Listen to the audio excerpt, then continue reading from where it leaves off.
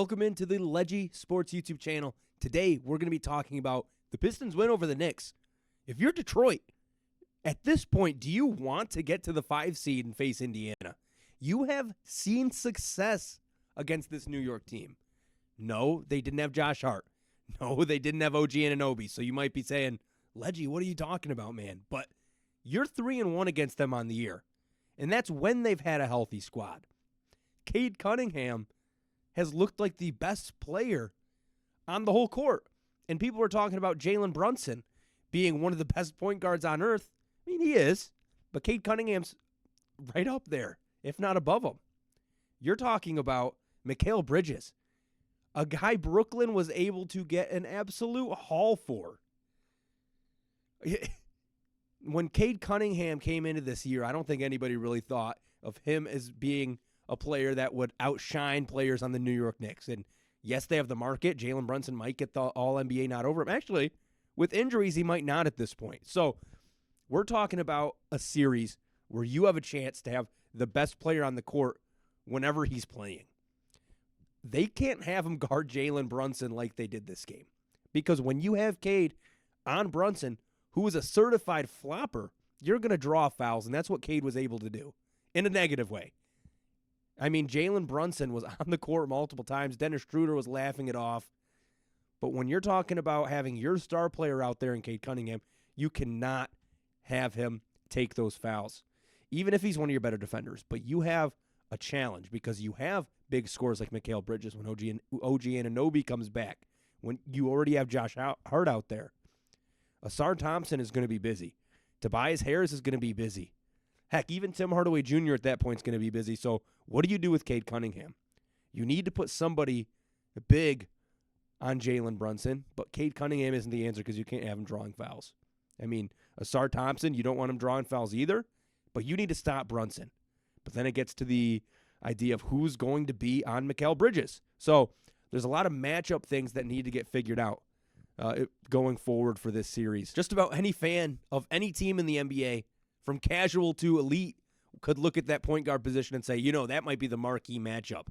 But the one that's going to be the biggest swing matchup, the biggest thing that can absolutely define this series is that center battle. Jalen Duren versus Karl Anthony Towns. We're talking about Jalen Duren, a center who can score inside, score lobs, had a poster put back, but struggles against stretch bigs. Then you're talking about Karl Anthony Towns. 25 points tonight, 10 rebounds, 5 assists, can do it all. 0 for 1 from 3, and can take advantage of the bigs who can't guard stretch bigs. 10 of 19, 52%. Jalen Duren, 9 of 9, 100%. So not much defense being played by the big man position other than Isaiah Stewart had a few key big blocks there. But if we're talking about these two starters, man, that's going to be a fire show from both of them, especially playing in the half court. And in playoff basketball, when the game slows down, that matchup is going to determine this series.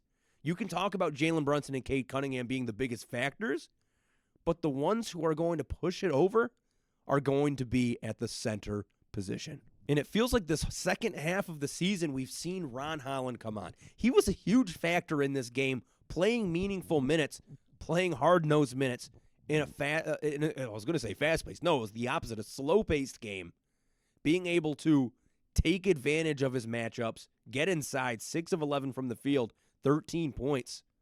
I mean, you might look at his stat line, 13 points, 5 rebounds, and say, okay, that's okay for a rookie. But when you're talking about impact, a lot of what he does, similar to Asar Thompson, similar to Isaiah Stewart, are things that are not going to show up on the box score. So Ron Holland is my rookie that I'm watching this year and saying, you know, he might have the biggest impact when it comes to a potential first round in the playoffs. But like I mentioned before, there are key injuries that New York has sustained before this game that could have definitely changed this outcome. But if you're Detroit, you have all the momentum going into a first round series because you did what you needed to do this year. Plus some. People didn't expect you to double your record, and here you are going to finish well over 42 wins. If you win a series against the Knicks, imagine the turmoil that would go through New York.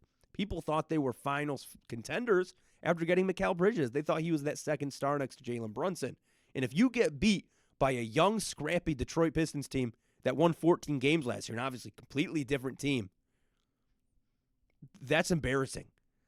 But that is also something that would absolutely propel Detroit as a destination. I know they're not known as a free agent spot, but potentially they could get some players who want to go there to get a chance to win because they have the money as well. So if we're talking about a Detroit Knicks playoff series, I really think Detroit has a really solid chance. Thank you for joining me on the Leggy Sports YouTube channel. We have a lot more content coming soon, a special project we're working on that will be out soon as well. Talk to you later.